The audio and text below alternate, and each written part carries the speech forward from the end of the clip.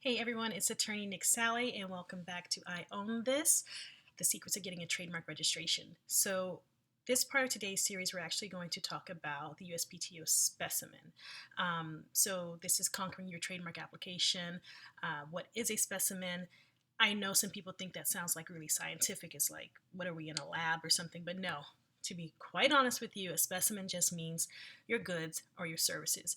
And more importantly, when you're doing your application for your trademark, what you want to do is have some kind of proof of what your actual specimen is. So it's usually going to be some kind of photographic proof of that specimen. Now, what is an adequate specimen, you might ask? It's going to depend on if you're selling goods, which are sometimes like physical goods, or services. So are you selling baked goods, cookies, cakes, that kind of thing, physical goods, or services, a hair salon, place where you do detailing on cars, anything that's like service based. So I'm going to switch over to the USPTO website and just let you know a little bit more about what they're saying is specific to this. So an acceptable and adequate specimen, because again, we don't want your application to get rejected or for you to get a lot of office action. So an acceptable specimen is one that is an example of how you use your trademark in commerce.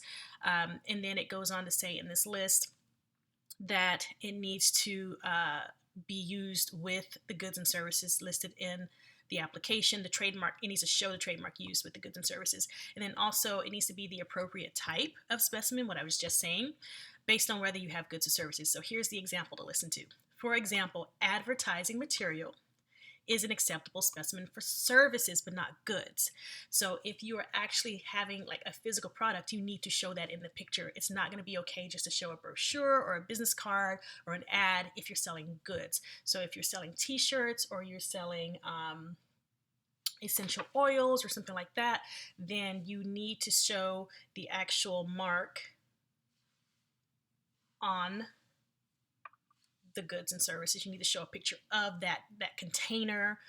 You need to show a picture of the clothing with the tag showing that has a trademark on it.